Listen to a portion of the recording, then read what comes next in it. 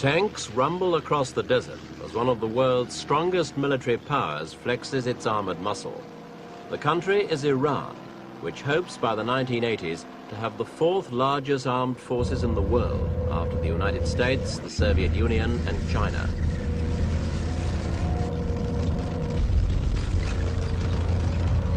Iran's military expansion is more than just a matter of numbers. The troops are being equipped with the very latest weapons, like these British-made Scorpion light tanks, which can speed into battle at 60 miles an hour.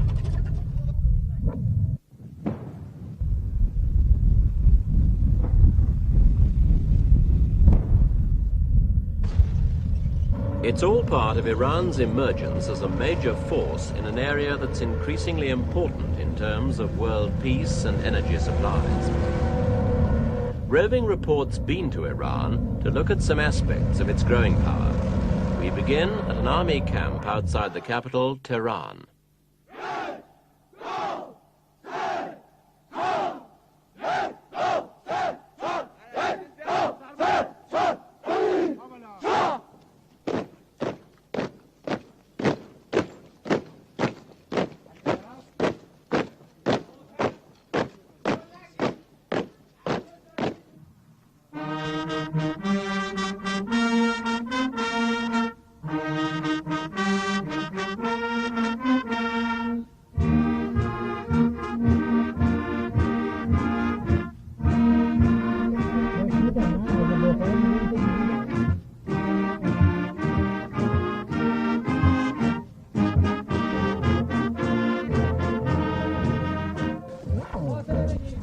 These recruits are preparing to take their place in Iran's armed forces, which total 250,000 men.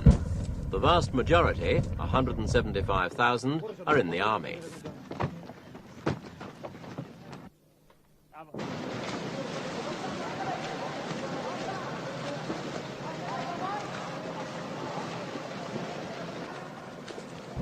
The base near Tehran trains the Army's future non-commissioned officers. After 2 years of training like this, the men will be posted to units with the rank of corporal. There are 500 trainees on the course.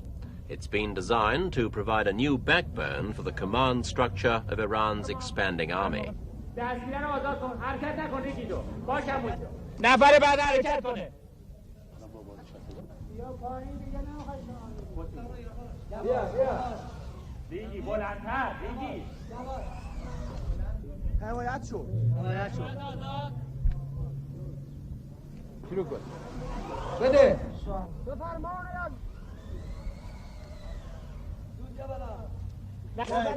The recruits learn karate too.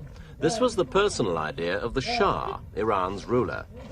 His decision to expand the armed forces has meant Iran's had to look abroad for more than just equipment. Advisors like these British officers are training the Iranians. Most of the advisors come from Britain or the United States. This is the Strait of Hormuz, at the mouth of the Gulf, and the only route for exporting Iran's oil.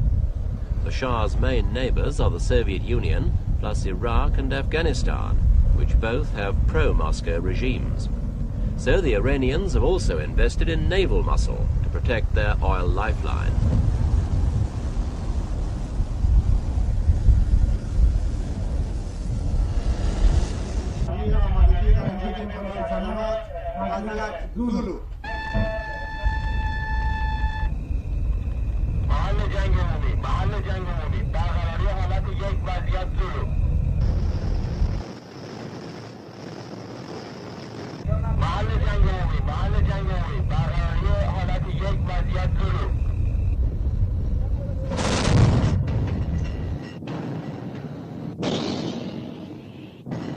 Iran's multi-billion-dollar naval shopping list has also included things like fast patrol boats equipped with missiles, and a special fleet of small submarines is being designed to operate in the confined waters of the Gulf.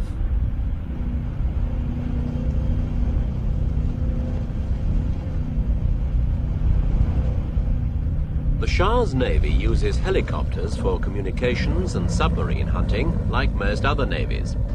But hovercraft are an unusual naval vessel which the Iranians have used extensively.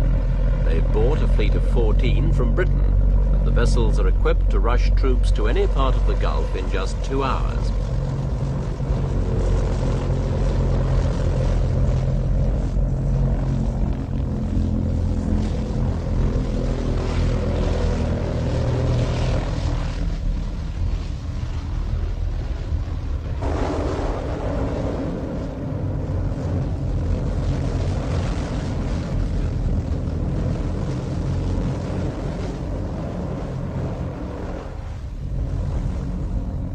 A British construction company recently built this naval dock complex at Bandar Abbas, near the mouth of the Gulf.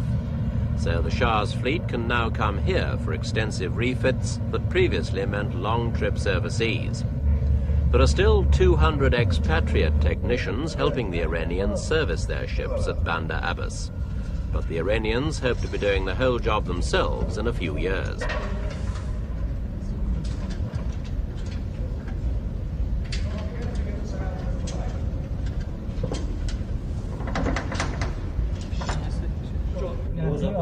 Iranians are flying fighting aircraft.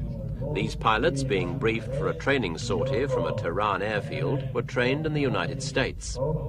The capital's in the north of Iran and not far from the country's 1,250-mile-long border with the Soviet Union.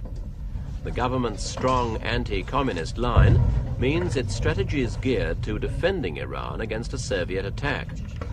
Here the pilots practice a scramble or quick takeoff in their US-made Phantom fighter bombers.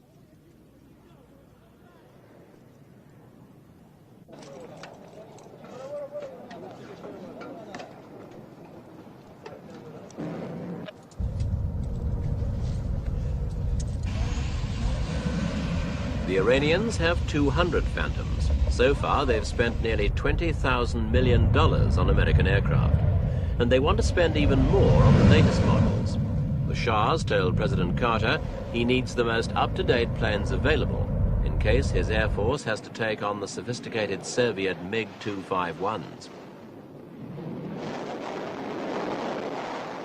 Iranians may be flying and directing the planes, but it's still under the watchful eye of Major Bob Hogue of the United States Air Force. He's one of 15,000 American military advisors in Iran.